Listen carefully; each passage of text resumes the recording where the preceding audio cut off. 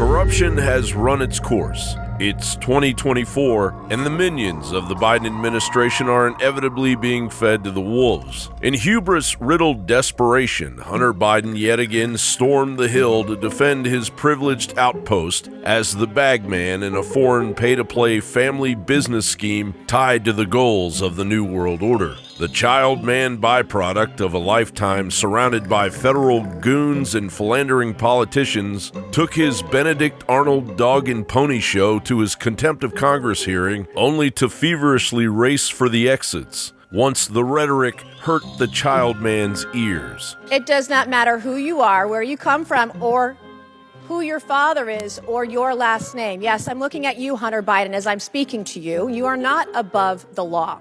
I believe that Hunter Biden should be held completely in contempt. I think he should be hauled off to jail right now. Thank you, Mr. Chairman. Excuse me, Hunter. Apparently you're afraid of my words. Whoa! Oh.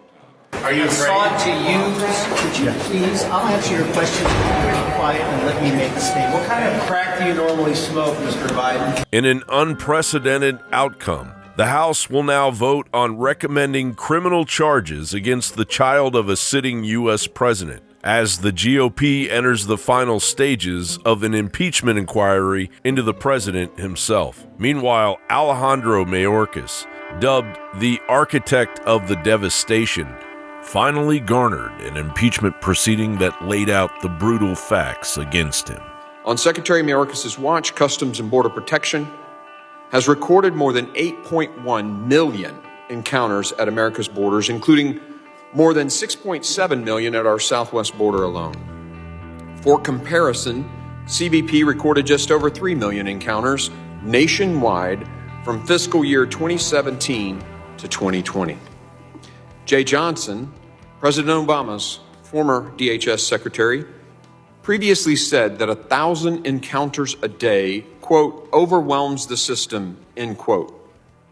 On Secretary Mayorkas' watch, encounters have never averaged less than 3,000 per day, even going as high as 10 to 12,000 per day. It's not about money. We spent less money in 2019 than we did in 23, a lot less through DHS, and we had the border under control. It's policy that has changed, and who is driving that policy? Secretary Mayorkas. It strains the resources, and it is wildly intimidating to our local law enforcement, where they have maybe a police force of 3 or 4 in a community of 2,000, and yet they have 4 or 5 illegal grows that are populated by illegal immigrants, Mexican cartel members, Chinese syndicated crime organization members, with semi-assault, semi-automatic rifles abundant, and they are unwilling to go in. Mayorkas should be investigated even further as to his knowledge and involvement of the massive foreign criminal operations infiltrating the American heartland under his watch. Throughout Oklahoma, law enforcement comes into contact daily with foreign nationals who have entered our country illegally or who remain here